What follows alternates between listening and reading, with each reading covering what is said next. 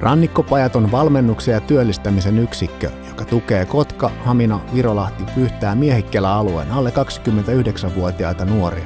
Se tarjoaa yksilö- ja työhön valmennusta sekä sosiaalista vahvistamista erilaisten sopimusten, kuten kuntouttavan työtoiminnan, työkokeilun ja työsopimussuhteen kautta.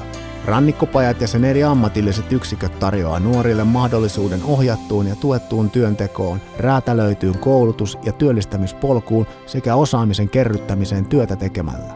Nyt pääsemme seuraamaan Pyryn tarinaa, joka on kulkenut media- ja digipalvelun kautta kohti uusia haasteita. Mikä mun oma osaamisala on? Tämä on hyvä kysymys. Taiteellinen luova johtaja.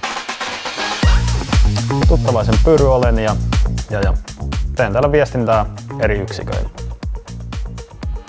Päivät yleensä alkaa sillä, että töihin saapuu joskus 8-9 väliin ja ensimmäisenä koittaa avata aina Kotkan kaupungin nettisivut ja sieltä katsoa vähän uutisia ja että on perillä, että mitä tapahtuu ja sitten tietysti se, että ne pitää kääntää englanniksi. Työ on erittäin monipuolista, että pääsee tekemään tosi paljon omaan osaamisalan juttuja ja myös oppimaan tosi paljon uutta. Rannikkopajalle päädyin tosiaan sillain, että oli siinä jonkin aikaa ollut jo työttömyyttä takana ja sitten työkkäristä ilmoitettiin, että voisit ehkä hakea tonne ja sitten nyt semmoinen ennakkoluulo, tiedätkö, tulee, että pääseekö tulla nyt oikeasti mitään, vaan se vaan semmoinen, että sä nyt meet sinne päiväksi istumaan ja meet kotiin.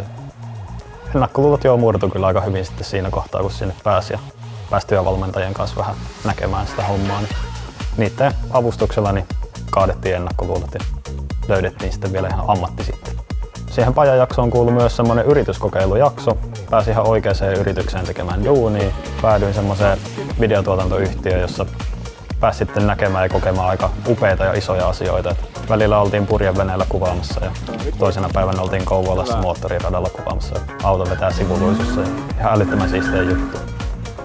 No jos joku pohtii sitä, että kannattaako hakea, niin mä voin kyllä ainakin sellainen suositella, että kannattaa käydä kokeilemassa ainakin. Että ensimmäiset jaksot niin on lyhyitä sopimuksia ja siinä aikana pääsee aika helposti näkemään, että onko se semmoista, mitä itse haluaa tehdä. En vaihtaa kyllä tätä kokemusta varmasti mihinkään.